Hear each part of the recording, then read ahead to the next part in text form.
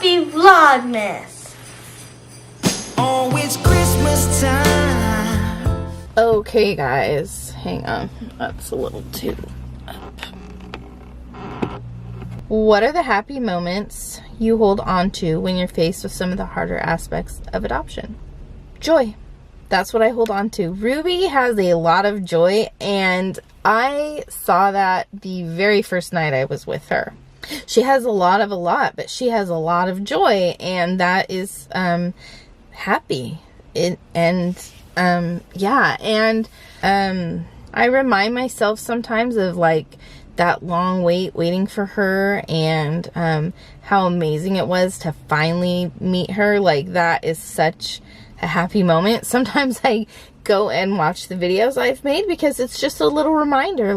But yeah, joy. Someone had asked if my husband wanted Ruby to come to the family. Yes, she would not be here otherwise.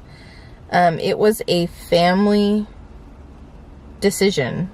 I mean, yes, I saw her and knew I was her mom, but there was still 5 other people that we needed to agree. It needed to be a family decision. It was going to be hard no matter what. So everyone really needed to be on board. So yes, everyone was completely on board. Is it possible for a single woman to adopt, or only couples? As far as international, it depends on the country. Some countries allow single parents to adopt, and some do not.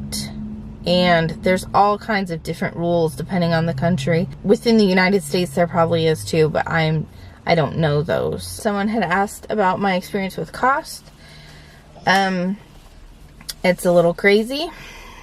And part of us saying yes, it was a huge leap of faith, because it wasn't really like in our plans at that time. It was clearly in God's plans, but we thought, maybe in the future. And so financially, we were not prepared for that. I'm not exactly sure what experience anyone would like to know, but my experience was that I stopped shopping and started saving and, paying for things as we went along, and working my booty off on having fundraisers. And we were very fortunate to have a few other people also do fundraisers for us. My mom did a few, and then she even had some friends that did fundraisers for us, which honestly, it's so heartwarming, because these are people that actually did not know me personally. They knew my mom.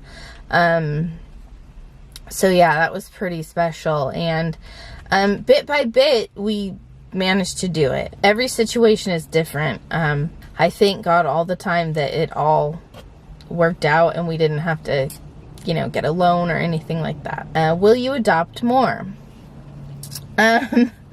I would love to adopt more. Not everyone in the family is in agreement on that. I'll just leave it at that. Someone said I know adoption can be a wonderful thing, but one IA, international adoption, lately has made me doubt. Everyone's situation is different. I'm not going to go into that. Adoption can be a wonderful thing, and it's also, no matter what, it's hard. Even the fairy tale, so to say, like the dream adoptions, there is still a lot of hard parts. And there's only a certain level that most people are going to share, including me. I'm not going to go into details, but I will tell you that it's hard. It just is. And some situations are far harder than others. But regardless of any of it, children need to be in families. It's tragic that there are situations where children are so scarred that they can't function in a family. And it's just, that is like the saddest thing ever. It happens, but yeah, I don't really know what to say about that. Someone said that their country won't allow them to adopt because they already have a daughter with the yes. That is so sad. I'm so sorry. That's such a bummer. What would you say to someone who hopes and prays for both bio and adopted children one day? I would say that's awesome. Where do you start when thinking of adoption? There's a lot of places you can start. Everyone does it differently, kind of. You can find an agency and start there. And, you know, you can actually, you know, like do your home study and all those things and have it all ready before and then be matched to a child. There's just so many places to start. I'd say the first place to start is probably deciding what type of adoption you're going to do. International adoption, private adoption, you know, that's probably the place to start, is deciding that. Other than that, I would say books. Start getting educated about adoption. That's a good place to start as well. How did you manage the financial part of it? I already talked about that. How is the process different when adopting a special needs kid? I don't know. I don't know that. I can say for China, one way that it would be different is if you want a healthy child or baby, the wait is about 7 years if you are looking for a child without special needs. Other than that, I really don't know. Are there very many stipulations, requirements in order to be able to adopt? Depending on the country. For China, yes, there's a lot of qualifications, and they are getting stricter, I will say. Worth it all. Worth everything that we had to write down. Worth every bit of our personal lives that we had to, you know, say here. Worth it all. 1,000%. What's the typical waiting list time? Depending on the type of adoption, this could be a wide range of answers. For China adoption, I seem to see a timeline that is generally about 1 to 1.5 years. I have seen several that were quicker, and there's been, I think, a case or two that I've seen that took longer. Ours was about 11 months. What led you to China specifically rather than another country? One thing and one thing only. Ruby. Ruby is what led us to China. That's where she was, so that's where we went. How old is Ruby? She is 6. How do you handle the long trips while having other kids? For China, you only have to do 1 trip. So my husband stayed home with the other children, and I traveled with my mother-in-law to meet and bring home Ruby. Did you keep Ruby's Chinese name? Why or why not? We did. Ruby's Chinese name is her first middle name. We're looking into adopting. What was the biggest unexpected struggle and the biggest unexpected positive? That is a good question. Oh my gosh. Let's see.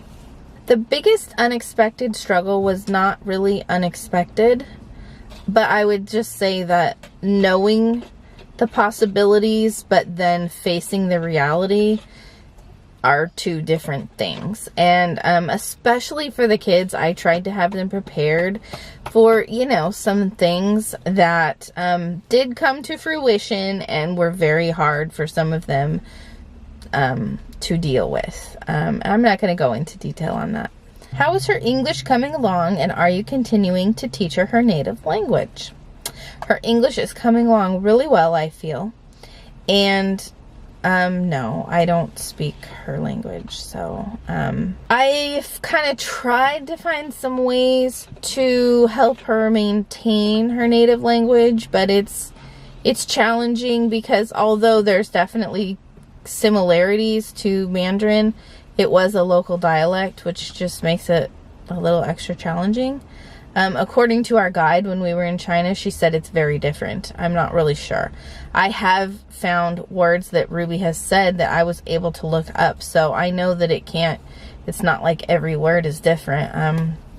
But that is kind of a challenge Sometimes, you know, we have her watch videos or whatever. What has been your favorite thing for Ruby to be able to experience since she became a Job? I think it's just been really cool to see her fit into our family in so many ways and so quickly. And it's really been a beautiful thing. Just, I feel like when we got home, things changed. She was a little extra wild in China. I will share that with you. But when we got home, I don't know, it was just like, you know, like it really was like this settling feeling, even though there's been many challenges still, but there's just been this real, like, just really great fit. And I think that that has been one of my favorite things. You know, when I saw her, I felt like I was hers.